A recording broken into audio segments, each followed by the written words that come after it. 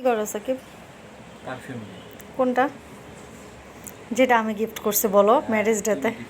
তো সেটা বলো যে এখন একদম পারফিউমের 14টা বাজায় ফেলবো একদিনে। কি করো তো? চা খাইতেছে আর রেডি হইতেছে। চার মেকআপ একসাথে? হ্যাঁ আচ্ছা, সানস্ক্রিন আর বিবি ক্রিম এই প্রোডাক্টগুলো আমার অনেক পছন্দ। এটা আমার পেজে পেয়ে যাবে, যারা যারা পারচেস করতে চায় ড্রিম পিপিটা পেজে নক করলে পেয়ে যাবে। আচ্ছা রেডি হয়ে তাড়াতাড়ি দেরি হয়ে গেছে।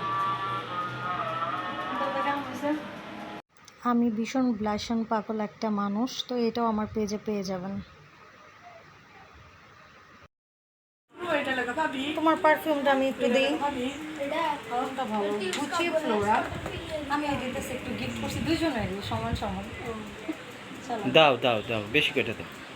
আমি তো এমনি তো পারফিউম পছন্দ করি, আমারও একটা পারফিউম আছে, আমি আমারটা দিব। ওটা দেওয়া শেষ, এখন আমি আমার পারফিউমটাও দিব। দাও দাও। এটা তো তুমি শেষ করে ফেলছো অলরেডি। একটু আছে না? তোমার ওষুধ দিয়ে একটু। চলো, কানে কি পরবো খুঁজে পাইতেছে না। এটা আমার প্রায় সময় হয়, এটা আমি কালকে পরছিলাম, আজকেও ব্ল্যাক জামা পরছি, কয়েকদিন ব্ল্যাকই পরতেছি। আসলে বেশি তাড়াতাড়ি করে রেডি হলে আমি কিছু খুঁজে পাই না, এটা হচ্ছে আমার সমস্যা। সাকিব কানে কি পরবো? কানে কি করো? পাইছি, এই দুইটা থেকে যে কোনো একটা পরি, আশা করি ভালো লাগবে। কানে এই ইয়ারিংটা সাথে এই দুইটা, আশা করি ভালো লাগবে। বোরিং হয়ে গেছে, চলো বেরো যাই। হইছে? হ্যাঁ হ্যাঁ হ্যাঁ চলো চলো চলো, এত তাড়া সাকিব। চলো, সানগ্লাসটা পরছি, সানগ্লাসটা আমার অনেক পছন্দ। আজকে যেহেতু ওয়েদার অনেক ভালো, তো যাই আল্লাহ কাজটা শেষ করি। সুন্দর একটা ড্রেস পরছি, মেকআপটাও মাশাআল্লাহ অনেক সুন্দর হয়েছে। আর এই লুকটা আমার পার্সোনালি খুবই পছন্দ। আজকে সুন্দর লাগতেছে মাশাআল্লাহ, নিজের নিজে বলতেছে।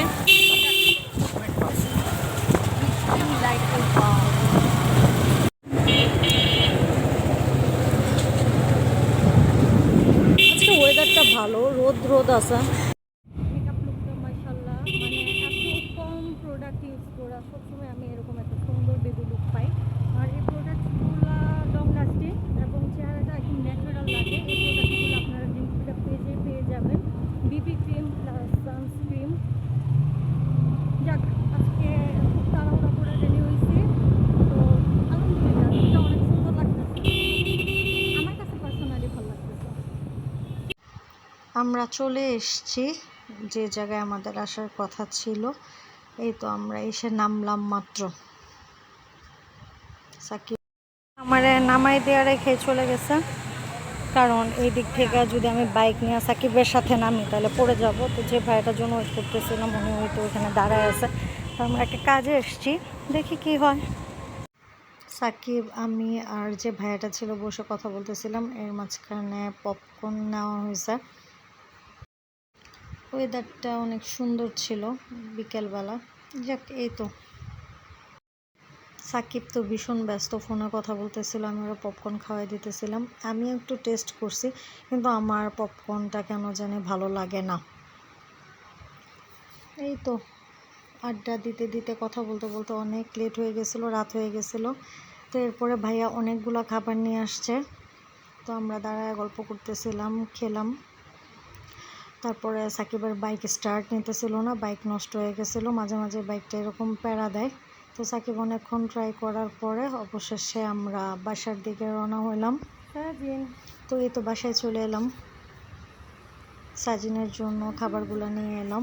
তো সাজিনও অনেক হ্যাপি। ছোট একটা ব্লগ।